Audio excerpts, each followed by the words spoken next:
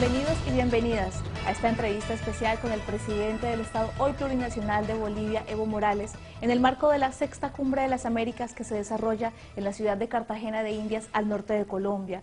Una cita en donde se han dado cuenta 30 de los 34 mandatarios que hacen parte de esta Cumbre de las Américas. Y quiero empezar por ahí, presidente Evo Morales, gracias por atendernos, porque hay dos ausencias aquí. El presidente de Ecuador, Rafael Correa, Daniel Ortega de Nicaragua, que como voz de protesta han decidido no asistir ante la ausencia de Cuba. ¿Cuál es la posición de ustedes en bloque frente a lo que los cancilleres han denominado un nuevo saboteo de parte de los Estados Unidos y Canadá frente a esa declaratoria de que Cuba debería estar aquí presente? Bueno, primero muchas gracias por esta entrevista. En vez de integrarnos, nos desintegramos. Todo por culpa del gobierno de Estados Unidos. Imagínense ahí pedido clamoroso de los pueblos de Latinoamérica, del Caribe, para la presencia de Cuba en la Cumbre de las Américas. Y un solo país o dos tiene que vetarlo a Cuba. Rechazar ese sentimiento del pueblo latinoamericano y el caribeño. Por tanto, pues falsamente plantean integración, inclusión, cuando no está Cuba, si hay protestas como de Ecuador, y si Cuba no está en las próximas cumbres, seguramente va a haber muchos países que no participen en las cumbres, y América se desintegra porque lamentablemente hay países que no aceptan y no quieren la integración, la unidad de los latinoamericanos que es Estados Unidos. Pero felizmente esta posición de rechazo, de repudio a esta clase de actitudes unilaterales de Estados Unidos va creciendo. Creo que esa es la gran ventaja y los pueblos se dan cuenta perfectamente cómo Estados Unidos quiere manipular la Cumbre de las Américas, rechazando o no permitiendo la participación de Cuba. Sin lugar a dudas, Cuba ha sido el tema medular en la Cumbre de las Américas. Los cancilleres han señalado, algunos, que la mayoría, pese a que hubo consenso entre ellos, a esta presión de los Estados Unidos, podría no haber una declaración política. Y en ese sentido le quiero preguntar sobre el significado de la ausencia de esa declaración. ¿Eso qué significa? Mira, en la penúltima cumbre ya no había una declaración. Se había una declaración preparada con anticipación mediante las cancillerías. No se firmó esa declaración, ya hubo muchas diferencias sobre los problemas que tiene América y ahora nuevamente no habrá declaración, por lo menos Bolivia, los países del ALBA no vamos a firmar si no se toma en cuenta a Cuba o si no se toma en cuenta también el tema de Argentina mediante las Malvinas. Yo sigo convencido que Malvinas es Argentina, por tanto Malvinas también es América.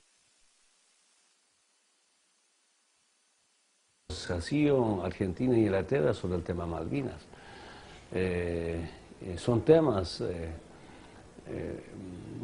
ya de carácter ideológico, programático, pero también de una cuestión de unidad y soberanía de América. Parecía ser que Estados Unidos tiene, que todavía quiere aislarnos, ¿no? del mundo. Estados Unidos quiere piensa que va a seguir manipulando a Latinoamérica, eso va terminando. Yo siento que es una rebelión de países de Latinoamérica frente a Estados Unidos. Digo esto porque las intervenciones de algunos países caribeños, de centroamericanos, de países de Sudamérica, son muy claras con relación al tema de dignidad y soberanía. Y por eso no habrá una declaración, por lo menos los países de ALBA no vamos a firmar sin que se tome en cuenta este pedido clamoroso de los pueblos de Latinoamérica y del Caribe sobre Cuba y sobre el tema Argentina. Presidente, usted ha tocado un tema y es el de las Malvinas, el reclamo de la soberanía de Argentina. Y en ese orden de ideas, cancilleres han señalado que se propende por una solución política y negociada a eso. ¿Cuál es la posición, un poco más en detalle, de los países frente a esta discusión con Reino Unido?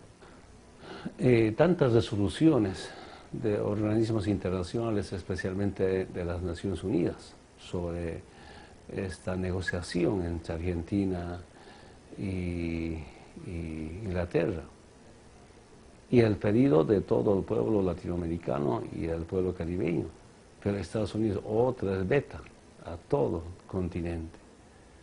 Y esa soberbia, prepotencia de Estados Unidos tiene que terminar. Y por eso yo siento que Estados Unidos jamás quiere que haya una integración en América. Cualquier unidad, cualquier integración de latinoamericanos va en contra del imperialismo norteamericano. Pensará que con esta clase de actitud va a desmoralizar a los latinoamericanos. Yo siento que no, más bien nos fortalece mucho más y nuestros pueblos se dan cuenta perfectamente de cierto intento de hegemonía o imposición de parte del gobierno de Estados Unidos.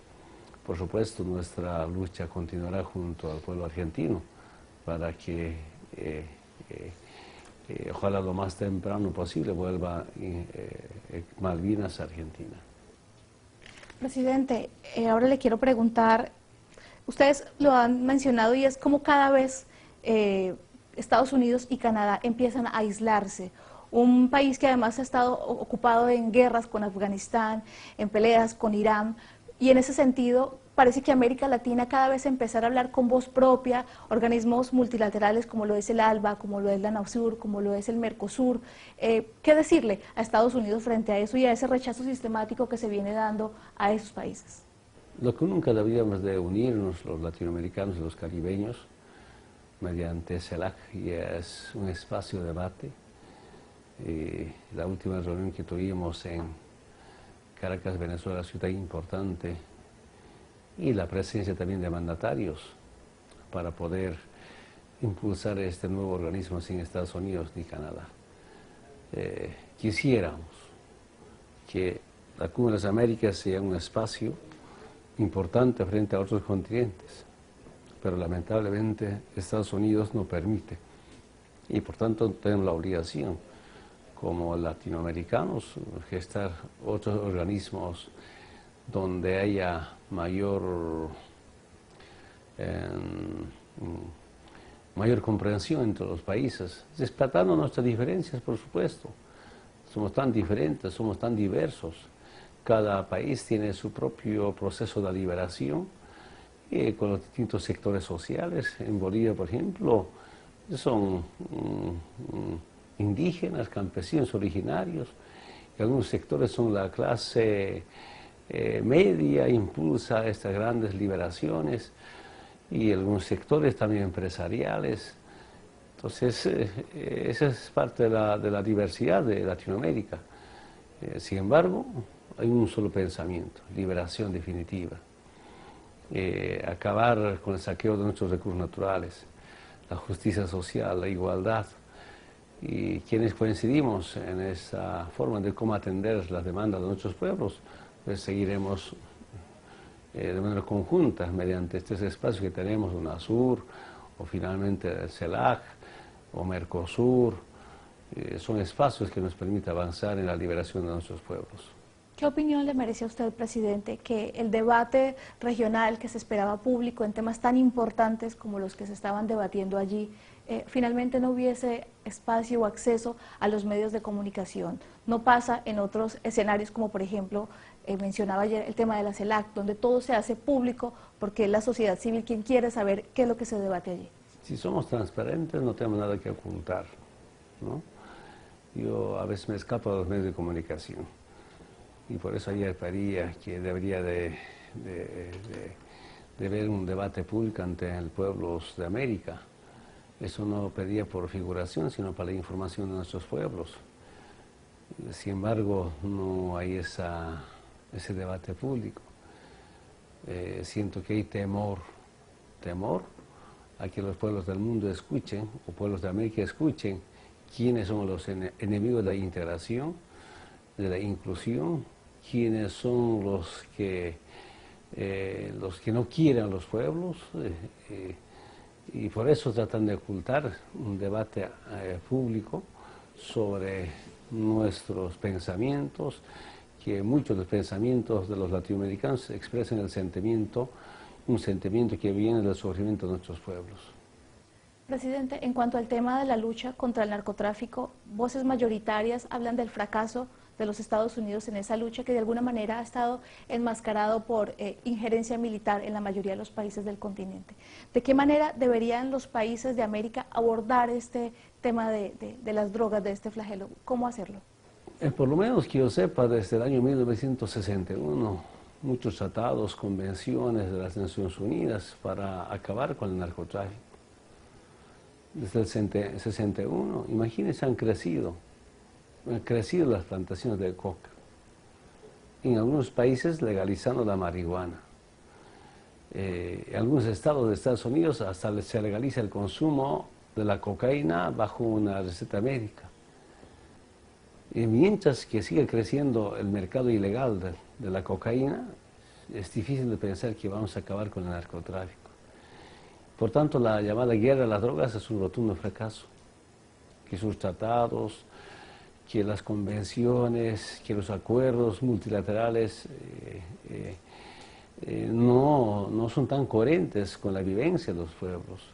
Pero sobre todo, en los países industrializados no reducen el mercado, más bien parecía ser que impulsan el crecimiento del mercado. ¿Cómo podemos pensar que se va a acabar el narcotráfico? Pero Estados Unidos usa el tema del narcotráfico con fines netamente políticos o geopolíticos. Acusa a un gobierno de narcotraficante para desprestigiar o de terrorista a otro presidente. Y este tema del narcotráfico es producto del sistema capitalista y un instrumento para que pues, países imperialistas usen ese término para, y tal vez en el futuro, como buscar ciertas intervenciones. Lo que hizo con Irak, terroristas intervienen y permanentemente nos acusan de gobiernos, hasta de narcogobiernos, informes del Departamento de Estado de Estados Unidos, que no comparto personalmente. Por eso en algún momento pensé que yo, por lo menos yo personalmente había pensado que el presidente de Obama iba a ser muy respetuoso, digamos, con los países de América Latina. Más bien, con algunos países del ALBA, o con un país del ALBA son más enemigos, yo diría. Tratan de derrocar, una conspiración permanente, una ofensa permanente desde los medios de comunicación, hasta conspiración a nuestras democracias. Presidente, la enorme paradoja de que el país mayor consumidor de droga es quien certifica y desertifica. ¿Debería haber un trato diferenciador, sí, de alguna manera, sí, entre los países consumidores, los países productores? ¿O cómo debería darse esa propuesta para que América Latina empiece a avanzar en ese escenario de lucha antidrogas de la que parece que los Estados Unidos también comienza a quedar rezagada? No, por supuesto, Estados Unidos no tiene ninguna autoridad para certificar o desertificar. Yo me preguntaba, ¿quién desertifica a Estados Unidos sobre el crecimiento del mercado? Siempre me he preguntado, ¿acaso los peces gordos del narcotráfico, esos grandes narcotraficantes, llevan plata en la mochila? Eso gira por los bancos. ¿Y dónde está el combate al secreto bancario? Tampoco. Pero si nos damos cuenta, este tema del narcotráfico es un negocio del capitalismo, pero usa ese problema contra los países antiimperialistas. Y nuestro planteamiento ha sido desde Sudamérica, pues si hay algo de control interno que sea entre sudamericanos, si hay certificación, desertificación, un trabajo conjunto, como regionalizar la lucha contra el narcotráfico, pero también exigimos su responsabilidad. Y la mejor responsabilidad compartida por parte de Estados Unidos sería que ellos reduzcan. Y si no reducen, ¿cómo desertificarlos a Estados Unidos? Pero ¿cómo? ¿Dónde? ¿Desde cuándo? Es el debate que tenemos internamente. Presidente, un poco ya sobre los temas, ejes de la cumbre, como es el de pobreza, seguridad, integración, acceso a las tecnologías y desastres naturales. ¿Qué tipo de consenso se espera? ¿Cómo esperan los países abordar? Pero además también le quiero preguntar allí mismo, ¿cree usted que estos son los temas que realmente importan a América Latina o que quedó de lado? Mientras no haya integración, imposible podemos hablar de reducir la pobreza. Mientras que no cambiamos políticas como el neoliberalismo, mientras no recuperemos nuestros recursos naturales para los pueblos en Latinoamérica, mal podemos hablar de lucha contra la pobreza. Entonces hay que empezar a cambiar el capitalismo. Y ahí en los países de la habla estamos gestando estas empresas nacionales, de Estado a Estado, esta solidaridad incondicional, políticas de complementariedad en tema de comercio, porque yo no comparto con las políticas de libre comercio o con políticas de competitividad. En esa competencia, ¿quién gana? Los más poderosos, las transnacionales, los grandes empresarios, y los pobres siguen lo mismo, peor todavía en temas de pobreza. Por tanto, mal podemos hablar de lucha contra la pobreza si no hay cambio profundo a las estructuras del sistema capitalista. Mal podemos hablar de un trabajo conjunto, más bien hay imposiciones unilaterales que están orientadas a la desintegración. Por tanto, estamos lejos de cómo que estas cumbres pueden servir para nuestros pueblos. Presidente, hubo dos espacios paralelos a la cumbre de las Américas y tiene que ver con ese foro social de organizaciones donde los temas que por supuesto hacían eje de esta cumbre fueron tocados, pero además un espacio afuera, en la calle, que no se hizo visible, esa cumbre de los pueblos donde organizaciones de todo el continente llegaron para expresar su rechazo frente a lo que estaba pasando en la cumbre de las Américas, frente a esos temas que no fueron abordados, frente al tema de derechos humanos, militarización del continente. Yo le quiero preguntar a usted un poco sobre esto, ¿qué piensa? Cuando uno pensaría que la representatividad de los países debiese estar ahí al interior en la cumbre de las Américas, afuera hay voces de inconformidad que dicen, pareciera que no se tocan los temas realmente trascendentales. Hubiera sido tan importante que las conclusiones de los distintos sectores sociales sean escuchadas por los gobiernos. Además de eso, esas propuestas que los pueblos están mucho más avanzados que los presidentes, sean implementadas. Claro, en algunos países serán difíciles, pero en algunos países es posible implementar y recogerlas. Como gobiernos, como presidentes, en el caso boliviano, por ejemplo, no siempre se puede atender en 6 años demandas largamente esperadas, tal vez casi 200 años o 500 años. Sin embargo, ya empezamos a cambiar y ese proceso debe continuar, va a continuar en Bolivia, pero en esta clase de eventos, ¿cómo complementar los movimientos sociales con los gobiernos, con los estados, y eso solo recogiendo el sentimiento de pueblos? Pero hay algunos temas que es difícil de que pueda escuchar Estados Unidos, por ejemplo, las bases militares de Estados Unidos en algunos países de Latinoamérica, incluido en Colombia.